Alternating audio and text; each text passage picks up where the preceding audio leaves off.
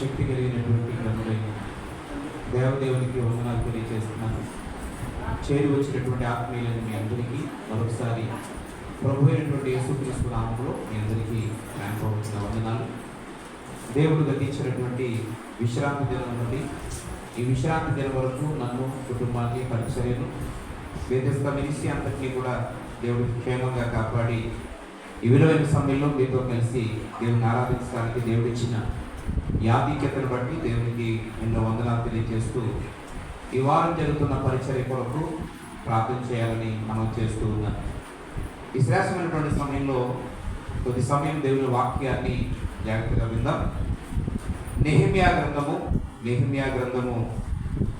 8వ అధ్యాయము, నెహెమ్యా గ్రంథము 8వ అధ్యాయము 10వ వచనం మరియు 4వ లైను చదువుతున్నాం.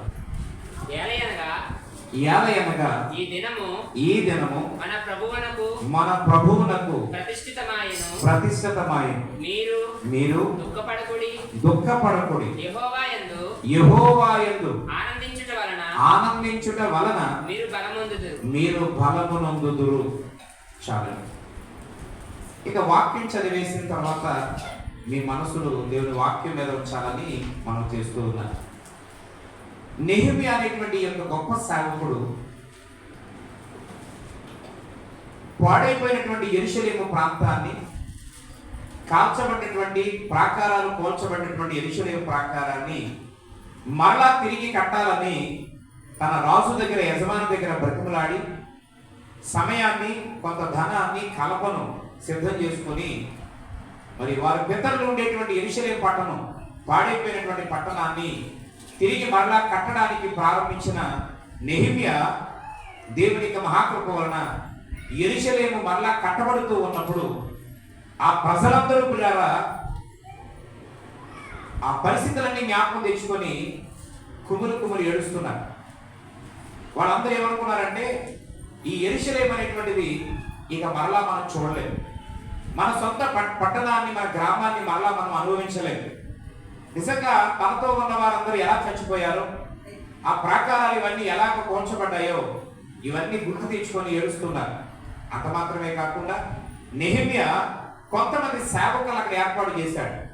వారు దేవుని యొక్క వాక్యాన్ని చదివి వినిపించి దానికి అర్థం చెబుతున్నప్పుడట జనాలు కుమిలి ఏడుస్తూ వారు తిండి కానీ, మంచినీళ్ళు కానీ ఏమీ తీసుకోకుండా వారు ఉపవాసంతో ఏడుస్తూ ఉన్నప్పుడు అప్పుడు అంటున్నాడు నెహెమ్యా ఏమనంటే, గతకాలము మన పరిస్థితులను బట్టి మనం ఏడ్చాం. దేవుని యొక్క కృప వలన ఇప్పుడు దేవుడు ఏం చేశాడు, తిరిగి మరలా మన పట్టణాన్ని మనం కట్టుకోవడానికి దేవుడు కృప చూపించాడు. గతంలో మనము చేసిన అపరాధముల వలన యెరూషలేము పట్టణం అనేక మంది చేతికి అప్పగించబడింది. ఇప్పుడు మరొకసారి మనం అలాంటి అపవిత్రమైన కార్యాలు చేయకుండా ఇక మీద మనం జాగ్రత్తగా ఉందాం అనే విషయాన్ని నెహెమ్యా ప్రజలందరికీ చెప్పి ఒక మంచి మాట అన్నాడు. ఆ 10వ వచనం, ఆ 4వ లైన్లో ఏలయనగా ఏమంటున్నాడు, వాళ్ళందరూ కుములు ఏడుస్తూ తిండి తిప్పలు తినకుండా అందరూ ఉంటే అంటున్నాడు, ఈ దినము మన ప్రభువునకు ప్రతిష్ఠితమాయెను. మీరు దుఃఖపడకుడి. మీరేం చేయొద్దు, దుఃఖపడకండి అంటే ఏడవకండి. మీరు ఏడవడం మానేసి, దుఃఖపడడం మానేసి ఏం చేయమన్నాడు, యెహోవాయందు ఆనందించుట వలన మీరేం పొందుతారు, బలాన్ని పొందుతారు. ఆమేన్.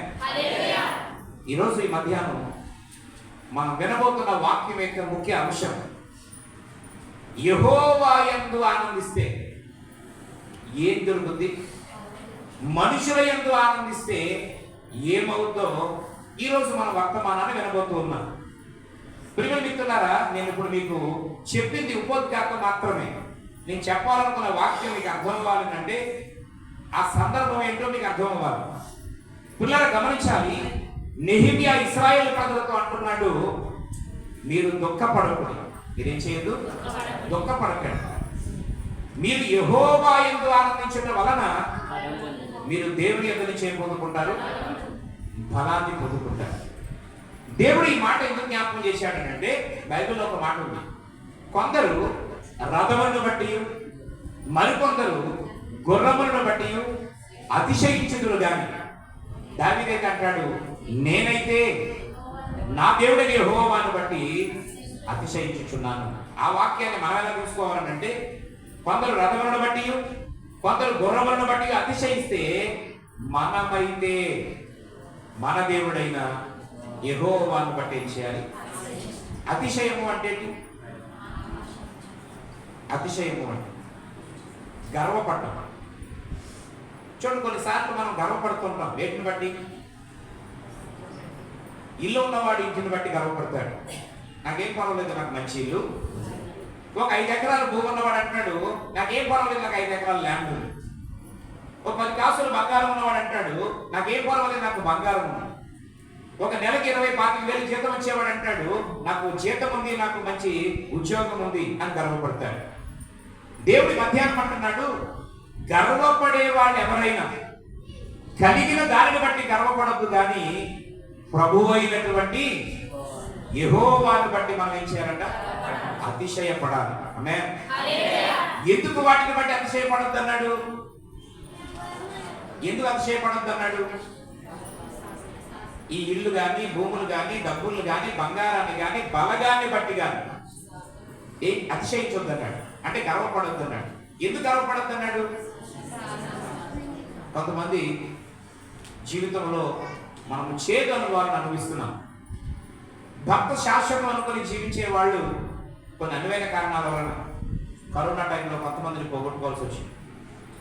ప్రిమిటితుల తర్వాత రాను రాను కొన్ని ప్రకృతి వైఫల్యాల వలన, కొన్ని వ్యాధుల వలన, కొన్ని అనువైన కారణాల వలన మనము ఇంటిలో దిక్కనుకున్న వ్యక్తులను కూడా ఏం చేయాల్సి వచ్చింది? కోరుకోవాల్సి వచ్చింది. మరి వారినే మనం చూసి దండుగా అనుకుంటే ఈరోజు వాళ్ళు ఉన్నారా? వారు లేరు. కొన్నిసార్లు మనం బలాన్ని చూసాం, మన ఎవరాన్ని చూసాం, దాన్ని చూసి గర్వపడ్డాం. కొన్నిసార్లు అనుకోని పరిస్థితుల్లో మన బలహీనత మట్ట కలిసిపోయిన పరిస్థితుల్లో మన ఆరోగ్యం దేవుడిలాగా డబ్బును చూసి గర్వపడ్డాం. మనందరికీ తెలుసు, కొన్నిసార్లు ఎంత డబ్బున్నా దేనదశలోకి వెళ్ళిపోయినటువంటి కుటుంబాలు మనం ఒక్కసారి చెప్తా ఉంటాం, అయ్యా నా చేతులు లక్షలు మోసిన చేతులు, అయ్యా నా చేతులు కోట్లు పట్టుకున్న చేతులు, కానీ ఇప్పుడు నా పరిస్థితి బాగలేదు, ఇప్పుడు కనీసం నా దగ్గర 1000 రూపాయలు కూడా లేకుండా పోయింది అని చెప్పే సందర్భాలు కొన్ని నోట్ల నుంచి మనం వింటూ ఉంటాం. అంటే దీని అర్థం ఏంటంటే, ఏది భూమి మీద అతిశయిస్తే అది నిలవదు, అది శాశ్వతము కాదు. దేవుని స్తోత్రం. ఏది శాశ్వతమైంది, ఏది స్థిరమైంది అంటే ఒక్క దేవుడు మాత్రమే. ఆమేన్. అందుకని ఆయన అంటున్నాడు, యెహోవాను బట్టి మీరు ఆనందించడం వలన మీరేం పొందుకుంటారు? బలాన్ని పొందుకుంటారు. ప్రియ మిత్రులారా, మనుషులను బట్టే కలిగే ధైర్యం ఎంతవరకు ఉంటుంది?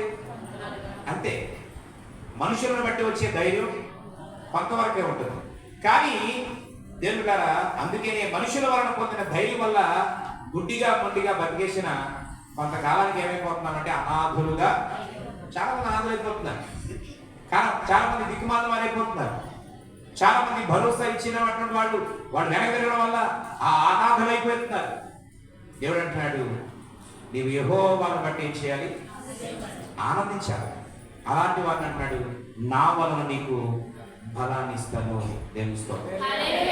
ఒక పాట మనం పాడుతూ ఉంటాం కదా, యేసుని ప్రజలు బలవంతులు వెంబడించువారు,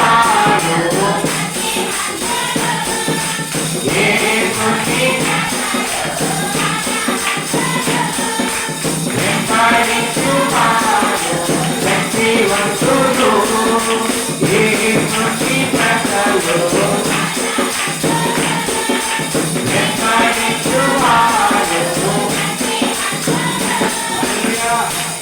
ఎవరు బలవంతులు? దేవుని కలిగినటువంటి ప్రజలు ఎలా బలవంతులు? ఈరోజు వాక్యంలో వచ్చి కొన్ని ఆధారాలను మనం చూద్దాం. దేవుని స్తోత్రం. ప్రియ మిత్రులారా, దేవుడు అంటున్నాడు, మీరు మనుషుల యొక్క అండదండలను బట్టి ఆనందించద్దు, యెహోవాను బట్టి మాత్రమే ఆనందించండి. అప్పుడు మీకు ఏం దొరుకుతుంది నా దగ్గర? బలం. బలం అంటే చాలా మంది ఏమనుకుంటున్నారు, మనమే బలంగా ఉంటాం, మేము ఈ పక్కన చెద్దరు వచ్చి ఆ పక్కన చెద్దరు వచ్చి చెద్ద కొట్టేస్తాం, మేము ఒకరు ఎంత పెట్టినా శుభ్రంగా తినేస్తాం మేము. ఆ బలం కాదు. అసలు ఆ బైబిల్లో రాయబడిన బలానికి మన శరీరంలో వచ్చేటువంటి దానికి సంబంధమే లేదు. దేవునికి స్తోత్రం. అది ఏ బలము అని అంటే, నెంబర్ 1 ఆత్మీయ బలం. నెంబర్ 2 ఈ భూమి మీద నీ కనుక్కున్న ఎవరు లేకపోయినా, నీ దగ్గర చెల్లి గవ్వ లేకపోయినా నీవు బలవంతుడవే.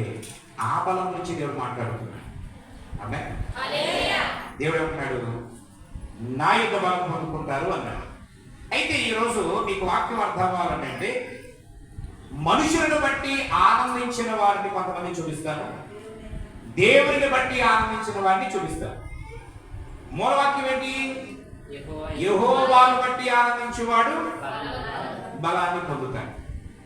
ఇప్పుడు యెహోవాను బట్టి ఆనందించేవాడు బలం పొందుతాడు అని అంటే, యెహోవాను బట్టి ఆనందించకుండా మనుషులను బట్టి కలిగిన వాటిని బట్టి ఆనందించే వాడిని చూస్తేనే మనకు వాక్యం బాగా అర్థమవుతుంది. ఇక వాక్యంలోకి వెళ్ళిపోదాం. యోబు గారిని మనం జ్ఞాపకం చేసుకుంటే, ఎవరు? యోబు ప్రారంభ దినాల్లో చాలా ధనవంతుడు, చాలా యథార్థవంతుడు, చాలా మంచివాడు. సాతానికి దేవుడికి మధ్య చిన్న పోటీ వచ్చి దేవుడు సాతానికి యోబు మీద పర్మిషన్ని ఇచ్చాడు. ఇప్పుడు సాతానుడు యోబుని శోధించడం వలన 10 మంది సంతానము చనిపోయారు.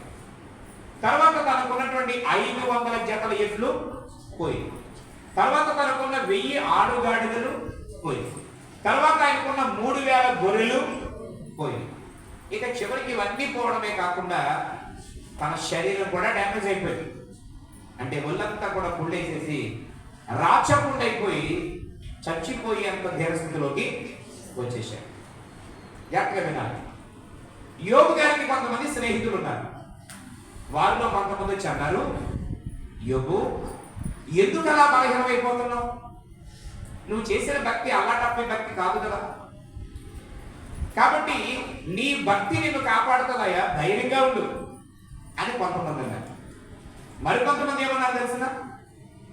యోబు ఎంత అల్లాడి బాధలు, ఎంత పెద్ద బాధలు నీకు రావడమేటయ్యా, ఏదో మాట్లాడడానికి వచ్చినాయి అంటే ఏదో అనుకోవచ్చు, ఎందుకంటే మేము అటు ఉంటున్నాం ఇటు ఉంటున్నాం, మేము ఇటు దేవుళ్ళలోనూ ఉంటున్నాం లోకంలోనూ ఉంటున్నాం, మేము అడ్డీలో ఉంటున్నాం, కాబట్టి అలాంటి బాధలు మాట్లాడడానికి వచ్చినాయి అంటే ఏదో సబు అనుకోవచ్చు. నువ్వు చూస్తే చాలా తడిపడి ఎంత మంచి భక్తి చేసే నీకు శోధనలేటయా అని చెప్పి ఏం చేశారు? నిరుత్సాహపరిచారు. దీనికి తోడు సొంత భార్య ఏ పరిస్థితిలో ఉన్న భర్తను ఏం చేయాలి? ఎంకరేజ్ చేయాలి, ధైర్యపరచాలి. అవునా కదండి? దేవునికి స్తోత్రం. కానీ ఆవిడేమంది? యోగు ఏంటయ్యా, నిన్ను ఇవన్నీ చూసి చేసుకున్నాను, నేను ఇవన్నీ చూసి వచ్చాను, నేను శుభ్రంగా 10 మంది పిల్లలు అంటే చాలా గొప్ప అనుకున్నాను. యోగు లాంటి మహానుభావుడు లేదంటే అలా అతనికి భార్య అంటే కాంతక వేశారు. ఇప్పుడు ఇవన్నీ పోయి పైపించి నువ్వు కూడా ఏమైపోయావు? ప్రాణం ఉంటుంది కానీ శుభ్రంగా కుళ్ళిపోయావు. ఇంకా దేవుడేటయ్యా, దేవుడిని దూషించేసి మందో మాకో మీకు చచ్చిపో. అప్పుడు నిజంగా మనకి పౌరుషానికి నిలబడితే ఏం చేద్దాం? చచ్చిపో. అంటే మరి యోగు పౌరుషం లేదా? యోగుకి మనకంటే ఎక్కువ పౌరుషం ఉంది. అది ఏ పౌరుషం అంటే ఆత్మ సంబంధమైన పౌరుషం. స్తోత్రం. అప్పుడు భార్య అన్నాడు, మూర్ఖురాలు మాట్లాడినట్లుగా మాట్లాడు, ఇవన్నీ నీవు నేనేం చేయలేదు, కూడా తేలా, ఇవన్నీ భూమి మీదకి వచ్చిన తర్వాత ఎవరిచ్చారు? నువ్వు పట్టుకున్న ఇల్లైనా, నువ్వు వేసుకునే వస్తువులైనా, నువ్వు అనుభవించే అనుభవం అయినా, ఈరోజు నీ యొక్క ఖ్యాతి కలిగిన జీవితమైనా, ఇవన్నీ కూడా నువ్వు తెచ్చినవి, నీ భర్త తెచ్చినవి, నీ పిల్లలు తెచ్చినవి. ఇవన్నీ ఎవరిచ్చారు? యోగన్నాడు, ఆయనకి ఇష్టమై ఇచ్చాడు, మళ్ళా ఇక్కడ నచ్చి యెహోవా ఇచ్చాను, యెహోవాయే తీసుకోలేను, ఆయన నామములకే మహిమ కలుగును గాక అన్నాడు. గట్టిగా చేతులు పైకి. ఇంకొకసారి మనం కూడా ఏం చేయగలగాలి? అలా చెప్పగలగాలి. ఏమి ఉన్నా స్తోత్రం హల్లెలూయా అవునా కదా? చెప్పాలి కదా? ఎంతమంది చెప్తారు? ఎత్తితే చేతులు పండగ, ఎత్తని చేతులు దండగ. ఎత్తితే చేతులు పండగ, ఎత్తని చేతులు దండగ. యేసయ్యా సన్నిధి మనోహరం, యేసయ్యా సన్నిధి మళమళలారంటి ఈ అవకాశం.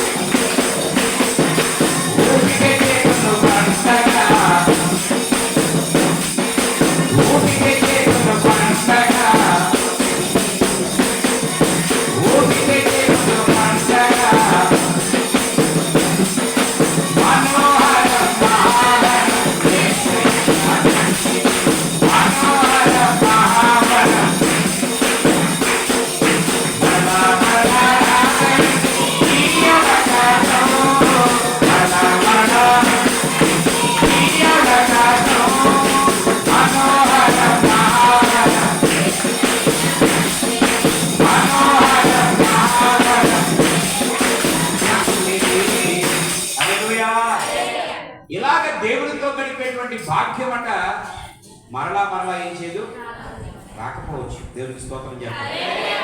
కనుక దేవుడి సన్నిధిలో నీవు చేతులు పైకెత్తి మనసు పూర్తిగా దేవుని ఆరాధిస్తే, చేతులెత్తి పూజించేవారు, చేతులెత్తి ఆరాధించేవారు ధన్యులు. దేవునికి స్తోత్రం. హల్లెలూయా. ఎప్పుడైనా చెయ్యి నీరసంగా ఉందనుకోండి, ఏది చెయ్యి నీరసంగా ఉండడం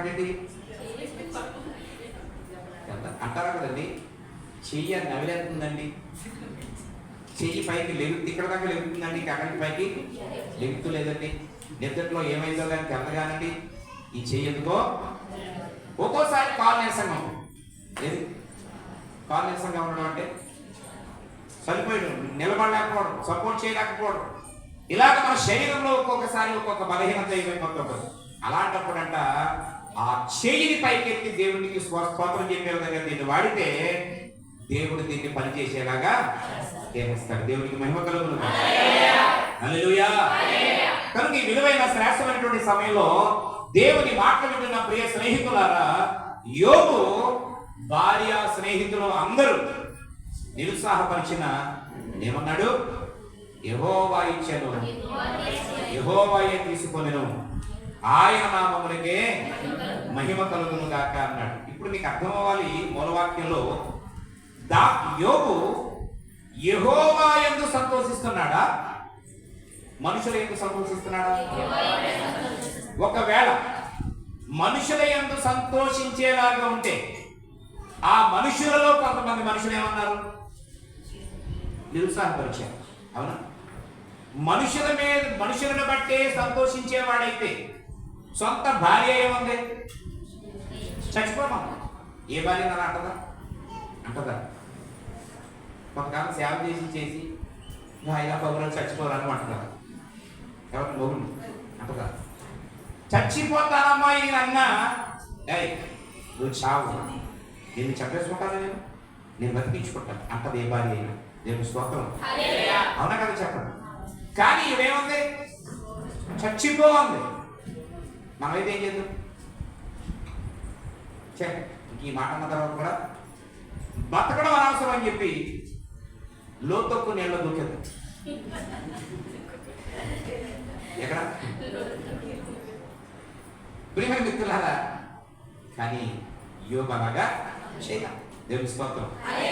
ఎవరిని బట్టి ఆనందించాడు?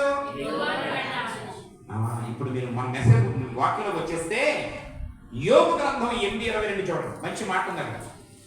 అదే యోబు సాక్ష్యం. అయితే ఇంకను ఆయన నీకు నోటి నిండా ఆయన ఇంకను నీ నోటు నిండా నవ్వు కలగ చేయును. దేవునికి స్తోత్రం. ఇప్పుడు యోబు నోటు నిండా నవ్వు ఉందా లేదు? ఉందా లేదు? చెప్పాలి. ఎలా ఉంది? అంతే కదా మరి. చనిపోయిన 10 మంది సంతానాన్ని దేవుడు మళ్ళీ చేశాడు, తిరిగి ఇచ్చేసాడు. హల్లెలూయా. తర్వాత ఇందాక ఏమేమి చెప్పాను మీకు? ఎందుకు చెప్పాలి? 3 చెప్పాను. 500 జతల ఎడ్లు తెచ్చిపోయి ఇప్పుడు దేవుడు 1000 జతల ఎడ్లు ఇచ్చాడు. 1000 ఆడగాడిద తెచ్చిపోయింది. ఇప్పుడు ఎన్ని ఇచ్చాడు?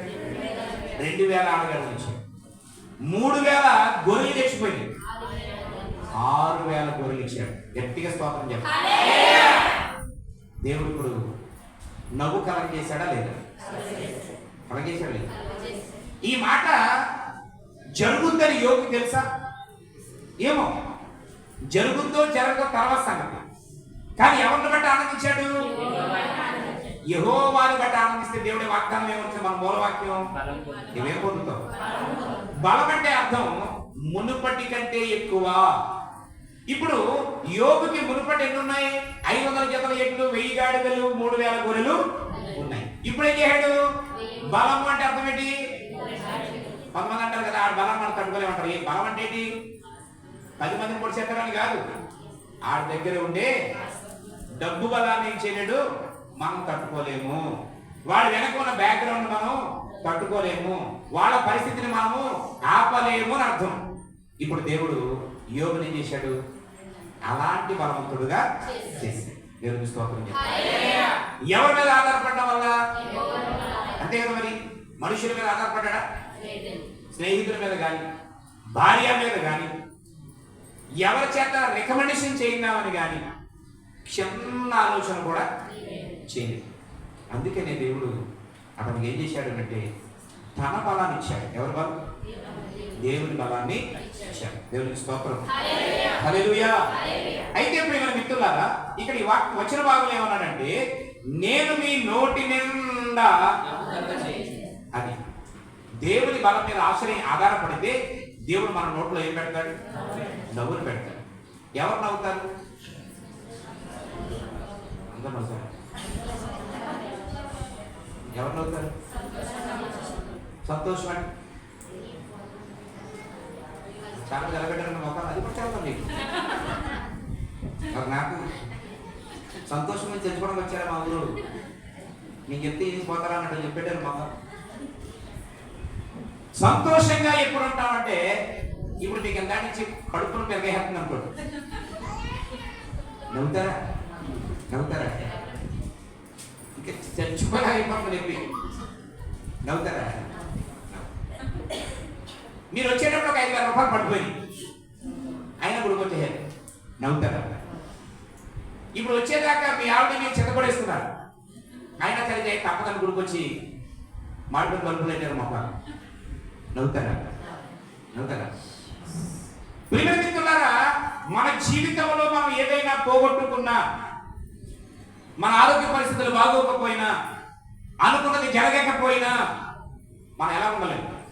సంతోషంగా ఉండాలి, నవ్వుతూ ఉండలేము. కానీ పరిశుద్ధాత్మ దేవుడు అంటున్నాడు, మీ నోటి నిండా నేను నవ్వు కలగజేస్తాను, మీకున్న బాధల్ని తీసివేస్తాను, మీకున్న అసమాధానాన్ని తొలగించేస్తాను, మీకున్నటువంటి ఆ దయాన్ని నేను పరిస్థితుల నుంచి విడిపిస్తాను. నేను మీ దేవుడిని, నేను మిమ్మల్ని ఏర్పాటు చేసుకున్న దేవుడిని, నేను మీరు ఎప్పుడు నవ్వుతూ ఉండాలని, మీరు ఎప్పుడు సంతోషంగా ఉండాలని, మీరు ఎప్పుడు ఆనందంతో ఎగిరి గంతులు వేయాలని కోరుకునేటువంటి దేవుడు నేను. దేవుని స్తోత్రం. ఆ స్థితి మీరు ఎప్పుడు కలిగి కొనసాగాలి అంటే యెహోవాను బట్టి మీరేం చేయండి? ఆనందించండి. కానీ మనుషులను బట్టి కానీ, బలాన్ని బట్టి కానీ, డబ్బును బట్టి కానీ, దేనిని బట్టి ఏం చేయొద్దు? ఎప్పుడు కూడా ఎవరిని బట్టి? ప్రభువు అయినటువంటి యేసయ్యను బట్టి చేయి. అలాగే నీవు ఆనందించడం వలన ఆయన అన్నాడు, మీరు ఏం పొందుతారు నా ఎదురు నుంచి? అలాగే పొందేస్తారు. నేను స్తోత్రం. మనం ఏమైపోతామంటే బలవంతులము, శక్తివంతులము అయిపోతాం. ఆ తర్వాత నేను ఎవరికి జోలికి రాలేదండి, సాతాను రాలేడు, మనుషులు రాలేదు, ఎవ్వరు కూడా రాలేదు. కారణం ఏంటంటే నువ్వు అన్ని కోణాలలో ఏమైపోతావంటే బలవంతుడు, బలవంతురాలువి అయిపోతావు. ఆమేన్. ప్రియమైనటువంటి దేవుని బిడ్డలారా, దేవుడైతే అంటున్నాడు, నీ నోటి నిండా ఏం కలగజేస్తాను? నువ్వు కలగజేస్తాను. 126వ కీర్తన 2వ వచనం చదవండి.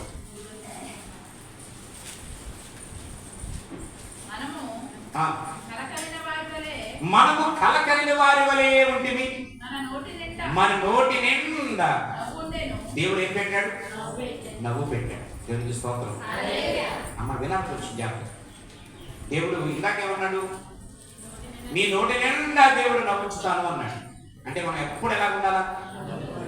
హలో, నవ్వండి ఒకసారి. మనం ఎప్పుడు ఎలా ఉండాలి? నవ్వండి ఒకసారి. అరే, మీకు మాట ఇప్పుడు చెప్పినట్టు గుర్తు. నవ్వడం ఒక వరం. ఏంటండి? నవ్వడం ఒక వరం. నవ్వుతూ నవ్వించడం ఒక భాగం.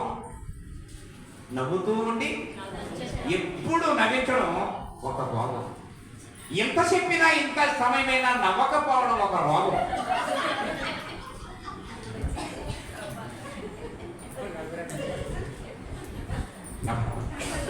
నవ్వకపోవడం ఏంటండి? కొంతమంది ఏం చెప్పినా, ఎంత జరిగినా నవ్వు లేదనుకోండి, మనం ఏం చేయలేం. కారణం ఏంటి? అది రోగం. ఏంటది? ఆ రోగానికి తగిన మందు పడితే కానీ అదేం పోదు, రోగం పోదు. దేవుడు మనందరినీ నవ్వేలాగా చేశాడు. ప్రభుకే మహిమ కలుగుతుంది కానీ. ఎందుకు ఎలాగా అంటే నేను దేవుడు అదే చేత్తో నవ్వని కూడా చేశాడు.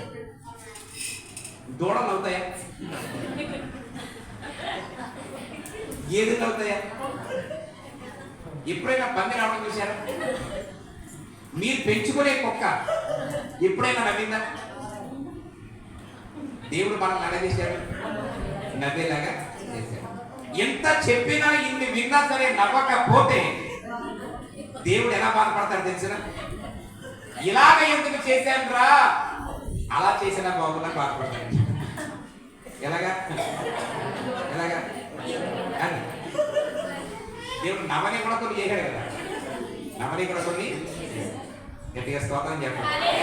హల్లెలూయా. కాబట్టి కొంతమందిలో దేవుడు తీసేయడం మనం ఏం చేయాలి? ఏది?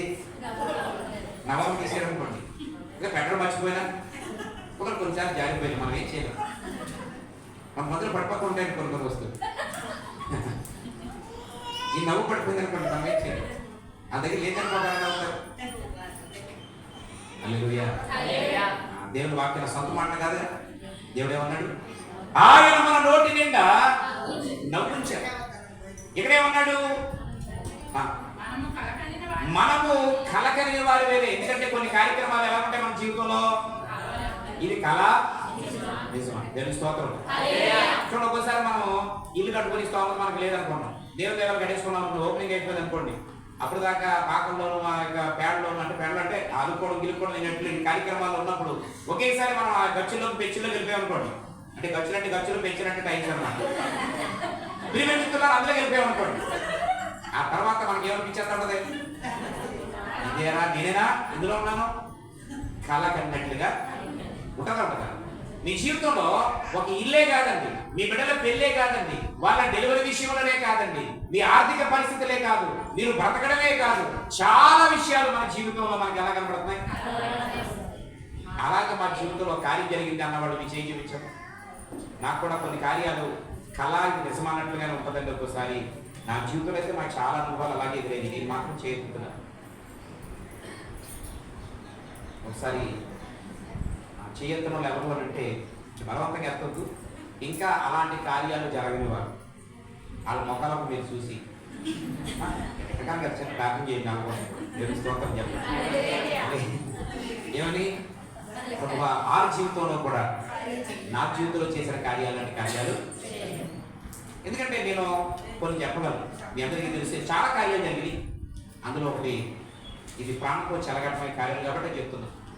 మీకు తెలుసు 2016లో నవంబర్ 30వ తారీఖున ఆ అన్నవరం దగ్గర జరిగిన యాక్సిడెంట్లో మరి కారు రోడ్డు మీద ఒక బోల్తా కొట్టేసి నుజ్జునుజ్జులైపోయి పక్కన ఉన్న 12 అడుగుల లోయలో పడిపోయి సైడ్కి పడిపోతే ఆ జేసీబీ లేకపోతే తెచ్చిన రాళ్ళ మీద కారు పడిపోతే సైడ్ డోర్లో నుంచి రాళ్ళు లోపలికి వచ్చేది. కారులో కూలెంట్ ఉంటుంది, ఎదర కూలెంట్ గ్రీన్ కలర్లో ఉంటుంది. అది ఫైర్ అయింది అని అంటే దాన్ని ఎవరు ఆపలేదు. ప్రతి కారుకి అంటే పాత కారుకి లేదు, ఇప్పుడు కొత్త కారుకి. అందుకే నేను చూడండి, పాత కారులకి అస్తమానం వాటర్ వేసుకోవాలి. ఏమన్నా ఇంతకుముందు కారులో మీరు చూసే ఉంటారు, జీపులకి బస్సులకి అన్నింటికి అస్తమానం నీళ్లు. ఈ కారుకి నీళ్లు పోయేసే పనులు, అసలు నీళ్లు గొడవే ఉండదు. ఇట్లా టెక్నాలజీ అంతా మార్చేశారు. ఇప్పుడు వచ్చే బస్సులకి లారీలకి అన్నింటికి ఏం పోయక్కర్లేదు. ఆ కూలెంట్ అనే ఐటమ్ ఉండదు. ఆ ట్యాంక్ కానీ ఎప్పుడు చల్ల చల్ల చల్ల చల్ల చల్ల మరుగుతూ ఉంటుంది. దానికి జరిగినప్పుడు జస్ట్ బయటకు వచ్చిందంటే ఇంజిన్ ఫైర్ అయిపోతుంది. కూలెంట్ ట్యాంక్ కూడా పగిలిపోయిందండి, అంత వేడిలో. అడదగిలించి దేవుడు ఏమన్నా జరిగినట్టు సుమారుగా అప్పటికి ఒక 60, 80, 90 కిలోమీటర్లు వెళ్ళాం. నేను బయలుదేరితే 5 గంటలకి 6 కల్లా అక్కడ ఉన్నాను. 6:10 అంటే గంట 10 కూడా ఎంత గట్టి కొట్టాను, అంత ఇంజిన్ హీట్లో ఉంది. అన్నీ అయిపోయినా చూసిన జనమంతా కూడా ఒకే మాట, పాపం కారులో ఎంతమంది ఉన్నారు కానీ ఒక్కరు కూడా మిగిలి ఉండరు, నుజ్జునుజ్జులు అయిపోయి ఉంటారు అని మాట్లాడుకుంటూ వెళుతున్నప్పుడు అప్పటికే మమ్మల్ని పైకి తీశారు.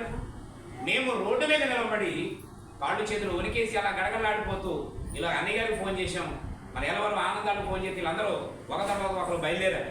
చంద్రబాబు గారు, ఆనంద్ గారు, రాజ్ కుమార్ గారు, ఈ పొరలో వీళ్ళు కొంతమంది, అన్నయ్య గారు కొంతమంది తీసుకొని వీళ్ళందరూ బయలుదేరారు. కాబట్టి పోలీస్ స్టేషన్ కంప్లైంట్ ఇవ్వాలా, కేసు నమోదు చేయించుకోవాలా, ఏం చేయాలని చెప్పని నాకు తోచగా ఆ బయట నుంచి ఉంటే జనం ఆ కొత్తపల్లి అంటే తులుపక్కల అనవరం పక్కన కొత్తపల్లి ఉంది, ఏ కొత్తపల్లి, ఆ ప్రజలందరూ కూడా తండోపతండాలుగా తీర్థంలా వచ్చి ఆ లోయలో ఉన్న కారుని చూసి ఫోటో తీసుకుంటున్నారు. వచ్చిన ప్రతివాడు బండి ఆపడం. చచ్చిపోయారు అందరూ. ఎంతమంది చచ్చిపోయారు? ఇదే మాట, ఎవరు చచ్చిపోలేదు, ఇద్దరే ఉన్నారు, భార్య భర్తలు, ఇద్దరు క్షేమంగా ఉన్నారు. పిల్లల పాస్టర్ గారు అప్పుడే రెడీ, ఎవరి విశ్వాసం పూలు పంపిస్తే పూలు పెట్టుకుని వచ్చింది. పువ్వులు కానీ జుట్టు కానీ చెరగలేదు, మేము రాసుకున్న పొగడు కూడా చెరగలేదు, ఒంటి మీద చెందిన గీత కూడా. ఇలాంటి కార్యాలు కళలా కావా? ఈ కళ కావా? దేవుని స్తోత్రం. దేవుని బిడ్డలారా, ఎయిర్ బ్యాగ్స్ ఫెయిల్ అయిపోయింది.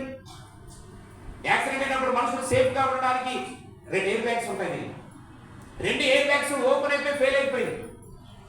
ఆ ఎయిర్ బ్యాగ్స్ వల్ల మాకు ఎటువంటి సంబంధం లేకుండా పోయింది. ఎందుకంటే ఇలా పడేటప్పటికి ఎయిర్ బ్యాగ్ ఇదే ఓపెన్ అయింది, మేము కింద సందులోకి ఇద్దరు ఒకరి మీద ఒకరు పడిపోయి దూరిపోయాం. ఎక్కడ పడ్డామనంటే ఇదే పడ్డది. రాళ్ళు ఎక్కడి నుంచి అయితే డోర్ నుంచి పైకి వచ్చినాయో మేము ఇద్దరం కూడా ఒకరి మీద ఒకరు ఆ రాళ్ళు బయటకు వచ్చేసిన డోర్ నుంచి వచ్చిన వాటిపై పడ్డాం. 2 వైపు అద్దాలు కూడా నుజ్జునుజ్జులుగా కొట్టకుండా అయిపోయినాయి. మీ అందరికీ చెప్పాను, నేను కారు నడవడం కాదు, క్రెయిన్తో పైకి తీసి రాజమండ్రి రికవరీ వెహికల్ మీద తీసుకుని వెళ్ళాం. అంటే వేరే లారీ మీద ఈ క్రెయిన్తో తీసేసి కారు అలా కట్టెళ్ళాం. అంతే తప్ప నడలేదా కారు. అంతలా నుంచి అయిపోయినా లోపల ఉన్న మనులను దేవుని సేవకులుగా ఉన్న మీ ఆత్మీయులుగా ఉన్న ఇంత గీత కూడా దీన్ని ఏమంటాం? కళ కలిగిన వారి లాంటి కార్యాలు దేవుడు మన జీవితంలో, మీ జీవితంలోనే కాదు, నా జీవితంలోనే కాదు, మేమందరి జీవితంలో చేసి దేవుడు మన నోటి నిండా ఏం పెట్టాలనుకున్నాడు? నవ్వు పెట్టాలనుకున్నాడు. దేవుడికి స్తోత్రం. నేను ఒకటి రెండు మాటలు ముగించే ప్రయత్నం చేస్తాను. ఇప్పుడు దేవునిపై ఆధారపడితే, దేవుని బట్టి ఆనందపడితే బలం ఇచ్చినటువంటి భక్తులు చూశాం. అదే బైబిల్లో నవ్వితే దేవుడు ఇక్కడేమో నవ్వు లేని వారికి ఏం కలగజేశాడు? నవ్వును కలగజేశాడు. ఎందుకు అనంటే దేవుని బట్టి ఆనందించుకోవాలి. యోగును మనం జ్ఞాపకం చేసుకోవాలి. ఇదే బైబిల్లో దేవుని బట్టి ఆనందించకుండా మనుషులను బట్టి ఆనందించడం వలన వారికి నవ్వు వస్తే ఆ నవ్వు వలన ఇంట్లోంచి గెంటేసిన ఒక సందర్భాన్ని మీకు బైబిల్లో చూపిస్తారు. ఆదికాండము 29వ అధ్యాయం 9వ వచనం. ఆదికాండము 21:9.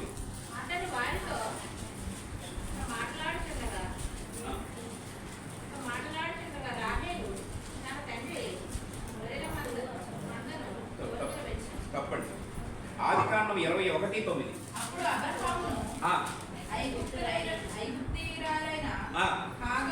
అది కాదు. అప్పుడు అబ్రహాము ఐగుప్తీయురాలైనటువంటి హాగరు కనిన కుమారుడు పరిహరించుట అంటే డిక్షనరీ రెఫరెన్స్ బైబిల్లో నవ్వు అని రాయబడింది. ఇంగ్లీష్ బైబిల్లో లాఫ్ అని రాయబడింది. అంటే నవ్వు. తెలుసుకోవాలి. ఎవరు నవ్వారట? హాగరు కొడుకు ఇస్మాయిల్ ఏం చేశాడట? నవ్వాడట. తెలుసుకోవాలి. ఇది చాలా మందికి ఎలా చెప్తే అర్థం అవుతుంది. అబ్రహాం గారి భార్య పేరు శారా. శారాకు అబ్రహాంకి ఈవిడికేమో 85 సంవత్సరాలు, అబ్రహాంకి 90 సంవత్సరాల దగ్గర వచ్చేసిన ఇంకా పిల్లలు. అయితే ఇప్పుడు ఒక రోజున శారా అంది, అయ్యా నాకు దాసీగా ఉంది కదా, అంటే పని మనిషిగా ఉన్నటువంటి ఎవరు హాగర్ ఉంది కదా, ఈ హాగర్ని మీరు భార్యగా చేసుకోండి. ఎందుకంటే నేను గొడ్రాలు కనుక సంతానం కలగట్లేదు. మీరు చూస్తే చాలా గొప్పవారు, ఈ దేశానికే ఉన్నత స్థితిలో ఉన్నవారు. ఇక మీరు ముసలాడు అయిపోయారు, నేను ముసలిదాన్ని అయిపోయాను. మనం చచ్చిపోతే మన ఇంటి పేరు కానీ మన వంశం కానీ భూమి మీద ఇంకా ఉండదు. కాబట్టి మీరు ఈమెతో బిడ్డను కనండి. ఆవిడకైనా నా బిడ్డే, నేనుకైనా నా బిడ్డే, నా దాసియే కదా, చిన్నప్పటి నుంచి నా దగ్గరే ఉండే బిడ్డ కదా అని చెప్పి హాగరుని తన భర్తకి ఇచ్చేసింది. దేవుడు వెంటనే ఆవిడ జ్ఞాపకం చేసుకుని ఒక చక్కని కుమారుణ్ణి ఇచ్చాడు. అతనికి ఇస్మాయిలు అని పేరు పెట్టారు. అర్థమైందండి? ఇప్పుడు ఆ బిడ్డనే తన బిడ్డగా చాలా గాఢంగా చూసుకుంటుంది. ఎవరు? మీరందరూ ఇక్కడ ఉన్నారు. ఎవరు? శారా. సారా కాదు, శారా. అయితే ప్రేమ మిత్రులారా, ఈ శారా ఈ పుట్టినటువంటి ఇస్మాయిల్ని హాగరుకు పుట్టినట్టుగా కాక నాకే పుట్టాడు బిడ్డ, నా కొడుకే అన్నంత గారంగా చూసుకుంది. మొన్నటిదాకా హాగరు శారాని ఏమని పిలిచేదంటే అమ్మగారు, అమ్మగారండి, అమ్మగారండి అని పిలిచేది. దేవుని స్తోత్రం. చాలా విధేయతగా. ఎందుకంటే మరి ఎవరెవరి దాసిగా పనిచేసే వ్యక్తి అలాగా చక్కగా పిలిచేది. ఇప్పుడు ఎప్పుడైతే బిడ్డ పుట్టిన కొన్ని రోజులకి మాటలు మారిపోయాక, ఎవరి మాటలు? హాగరు మాటలు మారిపోయి, ఈవిడికి ఎంత ఉంటే సుఖమేముంది, పిల్లలు లేరు, గొడ్డిది, నేను కనబట్టే ఈవిడికి గొప్పతనం వచ్చింది అని చెప్పి మాటలు మారేసి ఈసారి అంటున్నాక, అమ్మ శారా బాత్రూంలో వాటర్ అంటుంది. ఎవరిని? వాటర్ అమ్మని. ఎవరో క్లీనర్ అమ్మ. మీకు అర్థమైందంటే అలా చెప్పగా అర్థం. ఇప్పుడు వాటర్ అమ్మ ఏమంటుంది? బాత్రూంలో వాటర్. అమ్మ శారా ఆ కుర్రోడికి స్నానం చేయించాలి, వేడి నీళ్ళు అలా పాలన పిల్లట అంటుంది. సార్ ఎవరు? ఆగరు. ఈ లోపల శారా దేవుని పడి ఆట మొదలెట్టింది. బిడ్డలు కావాల్సి వచ్చినప్పుడు దేవునిపై ఆధారపడకుండా మొదలు ఏం చేసింది? మనిషి మనిషి అనేటువంటి హాగరు మీద ఏం చేసింది? ఆధారపడి అంది తన భర్తతో, అయ్యా హాగర్ని తీసుకోవాలి అనుకుంది. హాగరు బిడ్డ కంటే నేను కన్నట్టే అనుకుంది. అంటే ఎవరి మీద ఆధారపడదు? మనిషి మీద ఆధారపడదు. ఇందాక దేవుడు ఏమన్నాడంటే, నీవు యెహోవాను బట్టి ఆనందిస్తే ఏం పొందుతావు? బలాన్ని పొందుతావు. ఎప్పుడైతే ఈవిడ దేవుని బట్టి ఆనందించకుండా హాగరుని బట్టి ఆనందించి ఆవిడ కన్నా ఒకటే నేను కన్నా ఒకటే అనే ఆలోచనతో మనిషి మీద ఆధారపడింది, ఇప్పుడు శారాకి ఏం ఎదురైందంటే దుఃఖం. అప్పుడు బుద్ధి వచ్చిన తర్వాత దేవుడి మీద ఆధారపడిందండి. ఈసారి ఎవరు? ఆధారపడి, ప్రభువా నన్ను జ్ఞాపకం చేసుకోవా, ఈ యొక్క హాగరు యొక్క టార్చర్ నేను ఏం చేయలేకపోతున్నాను, తట్టుకోలేకపోతున్నాను, ఈ సూటుపోటు మాటలు, ఈ బాధ నేను భరించలేకపోతున్నాను ఎడితే, అప్పుడు దేవుడు మరలా శారా యొక్క గర్భాన్ని తెరిచి ఇస్సాకుని ఇచ్చాడు. ఎవరినిచ్చాడు? మీకు అర్థమైంది కదా కదా? దేవుని స్తోత్రం. ఇప్పుడు ఇస్సాకు ఇస్మాయిలు కలిసి ఎదుగుతున్నారు. మీకు అర్థమైందండి? ఒక రోజునంట ఇస్సాక్కి పుట్టినరోజు ఏదో చిన్న కార్యక్రమం ఏర్పాటు చేశాడు. ఏర్పాటు చేస్తే ఇంతకీ ఈడు పుట్టావాడే. మీకు అర్థమైందండి? ఆడి చిన్నపిల్లడే, ఈడు చిన్నపిల్లడే. అయితే ఇప్పుడు ఇస్మాయిల్కి ఇస్సాక్ ఏమవుతాడు? తమ్ముడు అవుతాడు. వెనకాల పుట్టాడు కదా, ఏమవుతాడు? తమ్ముడు. ఈ తమ్ముడికి ఏదో కార్యక్రమం చేస్తున్నారంటే పుట్టినరోజు ఏదో మొత్తానికి. ఈ కుర్రగాడ కూర్చొని ఏదో బచ్చలు తింటా నవ్వుకున్నాడట. ఎవరు? ఇస్మాయిల్ నవ్వాడు. అది ఆడు నవ్వడమే. ఎవడు? ఇస్మాయిల్ నవ్వడమే. దాన్ని దాని కొడుకుని అర్జెంటుగా పంపించేమని చెప్పి శారా ఏం చేసిందంటే తన భర్తని చాలా గట్టిగా అజమాయిషీ చేస్తే భార్య యొక్క టార్చర్ తట్టుకోలేక అబ్రహాము హాగర్ని కొడుకుని ఏం చేశాడు? స్తోత్రం. నా మాటలు మీకు అర్థం అవ్వాలి. ఇప్పుడు చదువుతాను. ఇప్పుడు మళ్ళీ చదవండి. వచ్చినప్పుడు అర్థం అవుతుంది. 9వ వచనం.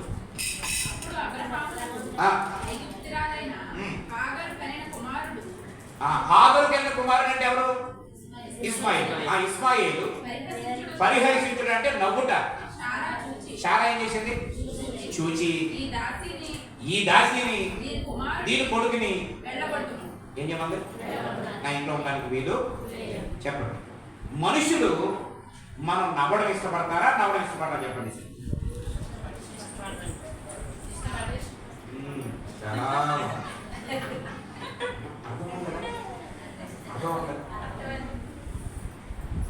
ఎన్నిసార్లు చెప్తానండి? ఉదయం నుంచి 10 ప్రసంగాలు చేసిన, ఇంకా నా ముందు 3 ప్రసంగాలు ఉన్నా. ఇలా మీకు అర్థం అవ్వాలనేటువంటి నా తప్ప. ఇప్పుడు నేను అడిగిన ప్రశ్న ఏంటి?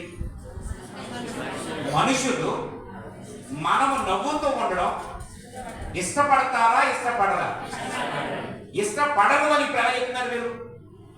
ఇప్పుడు చాలా ఇంటికి పోయిందా? బాగా ఏం చేసింది? చాలా ఏం చేసింది? ఇప్పుడు మనకు చెప్పుకున్న సంగతి చెప్పండి. మొన్నటి దాకా ఇస్మాయిల్ ఏముంది? నా కొడుకే. ఇస్మాయిల్ ఎవరు? నా కొడుకే. ఆగరు పుట్టిన ఒకటే, నాకు పుట్టిన ఒకటే అన్నటువంటి కొడుకు సమానుడైనటువంటి ఇస్మాయిలు పోనీ ఏమన్నా డబ్బులు దొంగతనం చేయడా? పోనీ పెద్ద మేడ ఏమన్నా వండాలనుకుంటా? అదే ఆ చైనా గుడిసాడు అనుకోడా? ఏం లేదు. ఏం చేయడట అంటే ప్రజలు ఏం కోరుకోరు? నీవు నవ్వడం, సంతోషంగా ఉండడం. మనుషులను బట్టి ఆనందించేవాడు కోరుకుంటాడా? కోరుకోడు. అందుకే నేను మీకు ఒక విషయం తెలుస్తుంది. ప్రియమైన మిత్రులారా, మనం ఎప్పుడైనా కొన్ని సంతోషించే కార్యక్రమాలు చేస్తే చాలా మంది నీతో మానేస్తారు. దేవుని స్తోత్రం చెప్పండి. హల్లెలూయా. నువ్వు ఇల్లు కట్టుకుంటున్నావంటే కొంతమంది మాట్లాడు. నువ్వు ఒకేసారి ఫ్రిడ్జ్, వాషింగ్ మెషిన్, ఏసీ తెచ్చావా? ఈ పక్క వాళ్ళు మాట్లాడు. మీకు అర్థమైందండి? మీ బిడ్డకి కానీ మంచి బ్రహ్మాండమైన సంబంధం సెట్ అయ్యి 10 లక్షలు కట్టిస్తారని తెలిసిందా? ఎవరో మాట్లాడరు.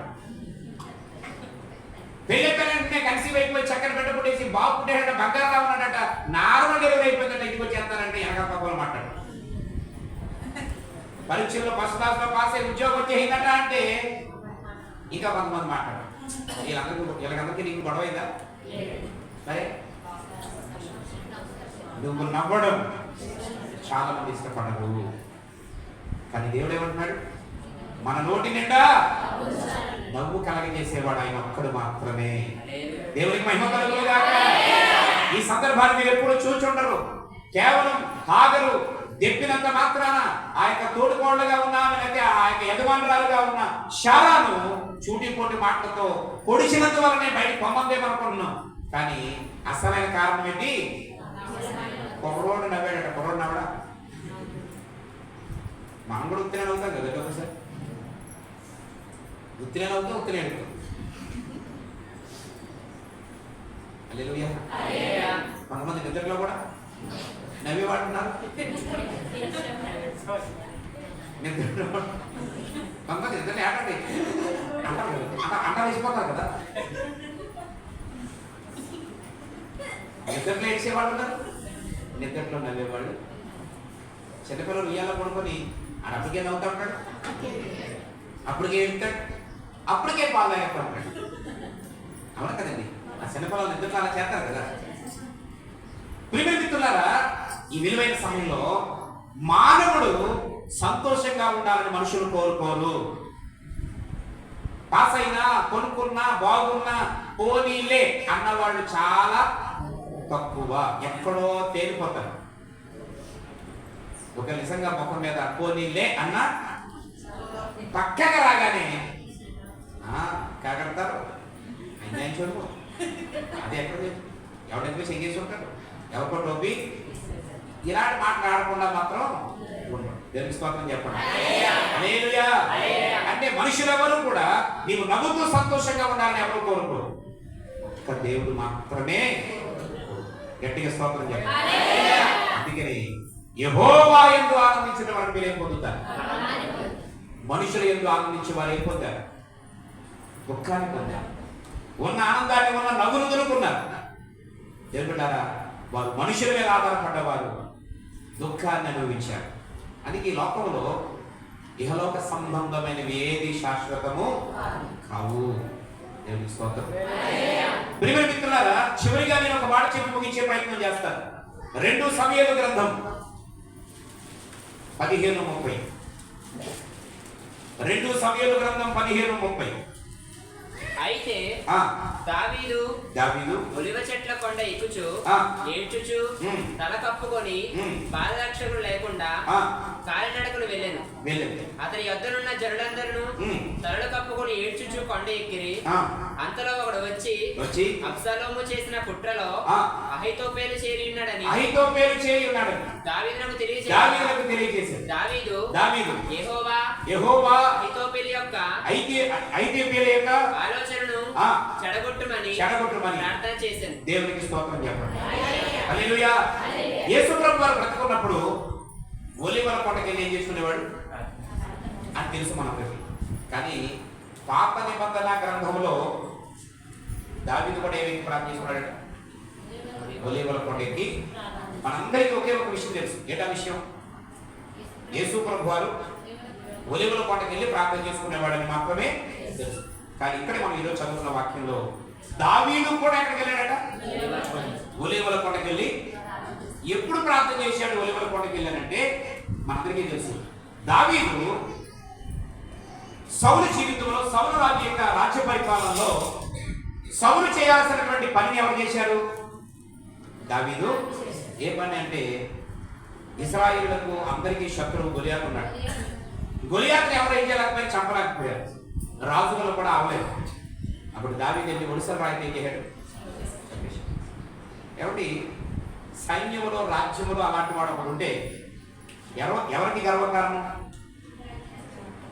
రాజ్యానికి, ప్రజలకి గర్వకారణమా కాదా? గట్టిగా స్తోత్రం చెప్పండి. ఇప్పుడు మన సంఘంలో ఏ కార్యక్రమం చేద్దామన్నా అయ్యారు చేయండి, నేను 20,000 అనేవాడు. అమ్మ అలా చేద్దాం, 5,000 ఏదైనా మొదలు 5,000 40,000 అనేవాళ్ళు ఎవరైనా మన సంఘంలో ఒక ఇద్దరు ఉన్నారనుకోండి, వాళ్ళు చూసి సంతోషించాలి, ఏడవాలి. ఏ విధంగా సంతోషించాలి? మన సంఘంలో అలాంటి వారు ఉన్నవాడు నిజంగా దేవా ఎంత అదృష్టవంతులు మీరు. నేను ఇవ్వాలనుకున్న నా పరిస్థితులు నాకు అనుకూలంగా చేసి నా కొద్ది గొప్ప చేతనంగా అంతగా చేయలేకపోతున్నాను. అలాంటి వారు నేను ఇవ్వలేకపోయినా నా సంఘంలో ఇచ్చేవారు అని ఆ గర్వకారణం సంఘానికి గర్వకారణమే, సేవకులుగా నాకు మరింత గర్వకారణం. గట్టిగా స్తోత్రం చెప్పండి, మరొకసారి చెప్పండి. ప్రియమైన మిత్రులారా, ఇప్పుడు సౌలు చేయలేని పని, ఇశ్రాయేలు చేయలేని పని ఎవరు చేశారు? దావీదు చేస్తే అభినందించి ప్రోత్సహించడం మానేసి ఇతనే గాని మన రాజ్యంలో ఉంటే దావీదే రాజుగా చేద్దాం, సౌలుని దింపేద్దామని ప్రజలు అంటారేమో రాబోయే రోజుల్లో. ఎందుకంటే నేను చేయలేని పని ఎవరు చేశారు? దావీదు చేశాడని చెప్పి ఈయన్ని చంపేయాలనుకున్నాడు సౌలు. అంతే ఆ యాళ్ళ నుంచి కక్షేటైతే దావీదుని చంపేయడానికి 2000 మంది సైన్యాన్ని వెంట పెట్టుకొని రోజు తుపాకులు పత్రుడుగా నేను తిరుగుతున్నాడు. ఎవరు చెప్పేద్దాం? దావీదు ఏం పాపం చేశాడు? దావీదు ఏ తప్పు చేశాడు?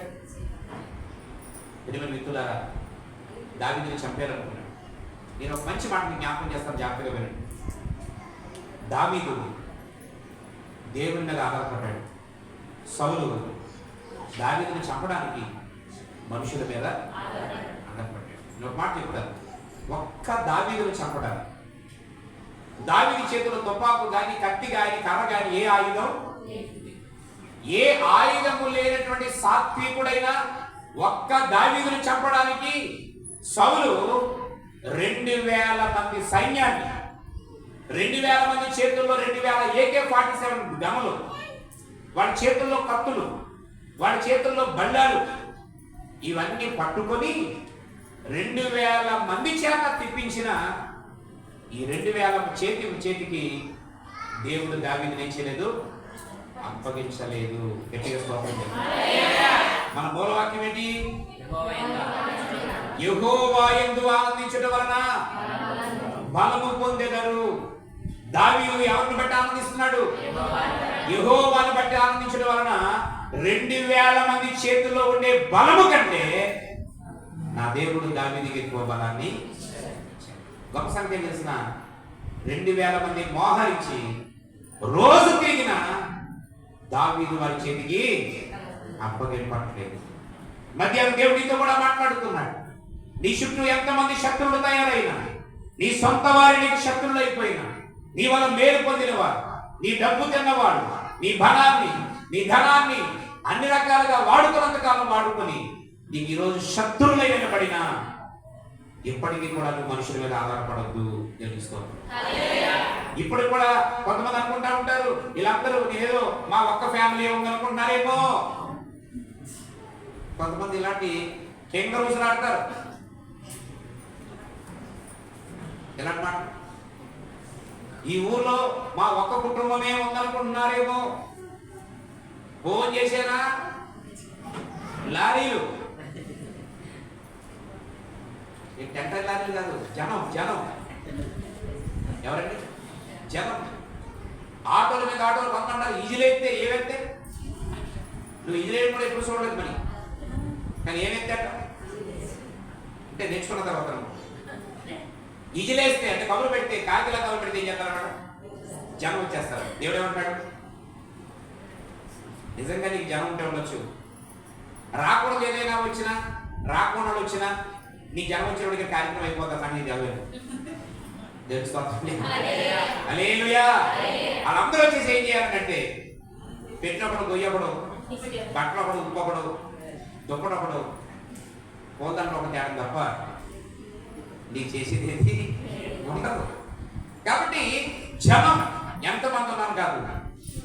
దేవుడు అంటున్నాడు, యెహోవా యందు ఆనందించు. నాకు భూమి ఉందని, బంగారం ఉందని, ఉద్యోగం ఉందని, తెలివితేటలు ఉన్నాయని, జనం వెనకాల ఉన్నారని, నీకు బలం ఉందని అస్సలు గర్వపడదు. యెహోవా యందే ఏం చేయను? దేవుడికి స్తోత్రం. ఇందాక హాగరు ఎవరిని చూసి ఆనందించింది? అసలు ఎందుకు ఆ వేరే ఎందుకు వెళ్ళింది అనుకుంటున్నారు? నేను ఎవరికి భార్య అయిపోయాను? చిన్నోడు కాదు, చిన్నోడికి భార్య కాదు. నేను ఏకంగా దేశానికి నాయకుడిగా గొప్ప అమర కోటేశ్వరుడికి భార్యనైపోయాను. అనుకోని అందరూ నాకు యేసుబాబు అక్కలేదు యెహోవా అక్కలేదు అనుకుంది. దేవుని స్తోత్రం చెప్పండి. ఎవరంట దాన్ని చూసుకొని?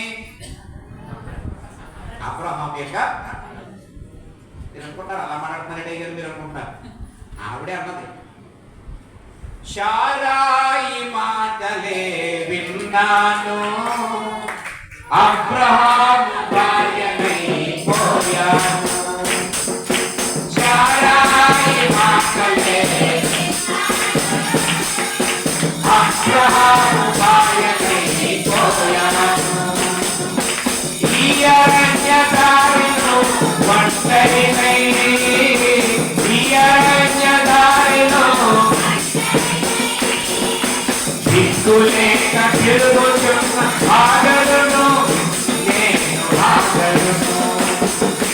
దిక్కులేక తిరుగుతున్న ఆగడును నేను, ఆగడును.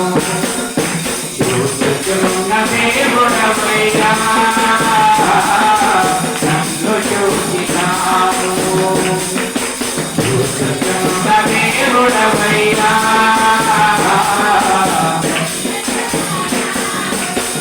హల్లెలూయా. ఏమంటుంది? అయ్యా తప్పు జారిపోయింది. శారాయి మాటలు ఇదే. ఏమని చెప్పింది శారా అంటే, అబ్రహాం గారికి నేను ఎంతో, నేను ఏ స్థాయిలో ఉన్నాను నువ్వు ఆ స్థాయిలో ఉన్నావు. నీకు పుడితే ఒకటా, నాకు పుడితే ఒకటా, నా బిడ్డ నీ బిడ్డ ఒకటే అని అంటే, నిజంగా నేను అబ్రహాంకి భార్యనైపోతానేనా అని అనుకొని నమ్మి ఏం చేశాను? మోసపోయాను. ఈరోజు నా బిడ్డ నవ్వితే నన్ను ఇంట్లో చేశారు, బయటకు తోసేసాడు. దేవుడు గారు, ఈ మానవులు నిన్ను నవ్వనివ్వరు, ఈ ప్రజలు నిన్ను సంతోషంగా ఉండనివ్వరు, ఈ సమాజం నిన్ను ఆనందంగా ఉత్సాహంగా ఉండనివ్వదు. నువ్వు ఎప్పుడైనా బాగున్నావు అనంటే ఎక్కడ కింది పెట్టాలో, ఎక్కడ అగ్గి పెట్టాలో, ఎక్కడ చిచ్చు పెట్టాలో అక్కడ పెట్టి నీకు వచ్చేదాన్ని ఆపేస్తారు, జరిగేదాన్ని ఆపేస్తారు. ఇది నేటి సమాజం చేస్తున్న దేవుడికి మహిమ కలుగుతుంది. ప్రియమైనటువంటి దేవుడు పెట్టారా, దేవుడు అంటాడు, నన్ను బట్టి ఆనందిస్తే మీరు ఎలా ఉంటారు? బలంగా ఉంటారు. ఈ జోలికి ఎప్పుడు రాలేదు, నేను చేయలేదు. ఒకవేళ వచ్చిన సిగ్గుపడేది దేవుడు నిన్నేం చేయడం?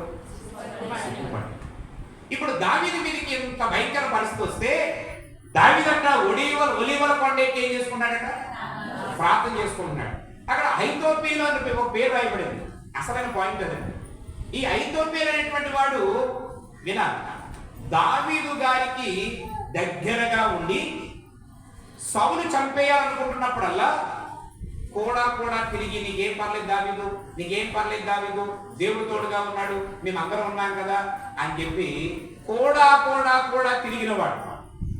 ఇప్పుడు చెప్పండి వినండి, ఇన్నిసార్లు 2000 మంది సైన్యం చేతిలో నుండి దావీదు ఎలా తప్పించుకునేవాడో, ఎక్కడెక్కడ దాక్కునేవాడో, ఏ పంటలకు పారిపోయేవాడో, ఎవరెవరి ఇళ్ళ దగ్గర దాక్కున్నాడో, ఇవన్నీ అహీతోపెలుకి ఇప్పుడు బాగా తెలుసు. మీకు అర్థమైందండి? బాగా తెలుసు. అయితే ఒక రాత్రికి రాత్రి ఈ అహీతోపెలు అనేవాడట డబ్బుకి లోబడిపోయి సౌలు పక్కకి తిరిగిపోయాడు. ఎవరి పక్కకి? సౌలు పక్కకి తిరిగిపోయాడు. తెల్లవారేటప్పటికి అందరూ దావీదు దగ్గరికి వచ్చారు కానీ అహీతోపెలు రాలేదు. అహీతోపెలు రాలేదు. అప్పుడు అడిగాడట, ఏదైనా మన ప్రధాన నాయకుడు అహీతోపెలు ఏంటంటే, ఏముందయ్యా, రాత్రికి రాత్రి మనల్ని ఏం చేశారు వాళ్ళు మార్చేసి, ఇప్పుడు వారితో కలిపి జాగ్రత్తగా విన్నాడు. దావీదుకు చెప్పడానికి 2000 మంది వస్తున్నారు కదా, పోలీసు వాళ్ళందరూ కలిపి, వాళ్ళతో కలిపి వస్తాడట. ఇప్పుడు ఎవరికి చెప్పడానికి? నిన్నటిదాకా దావీదుతో ఉండి నీకేం పర్వాలేదు నేనున్నానని చెప్పి దావీదు యొక్క గుట్టుమట్లని తెలుసుకున్నటువంటి అహీతోపెలు ఇప్పుడు ఎవరి పక్కకి వెళ్ళిపోయాడు? సౌలు పక్కకి వెళ్ళిపోయి, ఇప్పుడు దావీదుని పట్టుకోవడం సులువా కదా? ఇప్పుడు మాట చెప్తున్నానండి, నాకు కూడా ఒక తిరుగుతున్నారు, నేను ఏం చేస్తాను, ఎక్కడికి వెళ్తాను, ఏం తింటాను, ఎలా మాట్లాడతాను, ఇవన్నీ నేను ఎక్కడ రాత్రులు ఎక్కడ పడుకుంటాను, ఏ విధంగా చేస్తాను అన్ని తెలుసుకున్నవాడు నా గురించి గుట్టుమట్లు ఇవ్వడం సులువా కష్టమా? మీకు అర్థమైంది కదండి. అన్ని విషయాల్లో ఇప్పుడు తీసుకొస్తారు కదా 2000 మంది ఈ 20-30 రోజుల నుంచి ఇన్ని వేల మంది అయినా మీకు దొరకకుండా ఎలా తిరుగుతున్నాడో నేను చెప్తాను రండి. ఎక్కడెక్కడ దాక్కుంటాడో అని చెప్తాను రండి. ఎలా పారిపోతాడని చూపిస్తాను రండి అని చెప్పి వాళ్ళతో పాటు వస్తూ ఉంటే ఇప్పటికైనా దావీదు ఏం చేయాలి? అహీతోఫెలు కంటే గొప్పవాడినో, ఇంకా మంచి ఆఫీసర్నో, మంచి అధికారునో పట్టుకోవాలి కదా. కానీ అలా చేయలేదు. కింద చదవండి. యెహోవా అహీతోఫెలు యొక్క ఆలోచనను చెడగొట్టమని ప్రార్థన చేశాను. దేవునికి స్తోత్రం చెప్పండి. ఒలీవల కొండ మీదకి వెళ్ళిపోయి కన్నీరు కార్చుచు దావీదు చేసిన పని ఏంటంటే, దేవా అహీతోఫెలు యొక్క ఆలోచన చెడగొట్టే అని ఏం చేశాడు? దేవునికి ప్రార్థన. ఇప్పుడు సౌలు ఇప్పుడు దాకా 2000 మంది మీద ఆధారపడ్డాడు. వారిని బట్టే ఆనందపడుతున్నాడు. ఇప్పుడు అహీతోఫెలు కూడా ఏమనుకున్నాడు? కార్యక్రమం చాలా ఈజీ, దెబ్బకు లేపేయచ్చు అనుకున్నాడు. ఎవరిని? దేవునికి స్తోత్రం చెప్పాలి. కానీ ఎవరి వల్ల? దేవునికి స్తోత్రం. అహీతోఫెలు వచ్చిన తర్వాత అహీతోఫెలు యొక్క పళ్ళు కూడా గుడితనం వచ్చేసినాడు. ఎంత వక్తాదిలా రండి తీసుకెళ్తాను అన్నవాడు దారి మర్చిపోని అంటున్నాడు. ఎవరితో? ఎవరితో పెట్టుకున్నాడు ఈయన? దేవుడు. ఎప్పుడు దావీదు పక్షంగా ఎవరున్నాడు? దేవుడు ఉన్నాడు. దేవుడు నడిపించే దావీదుతో పెట్టుకుంటే ఎవరితో పెట్టుకున్నట్టు?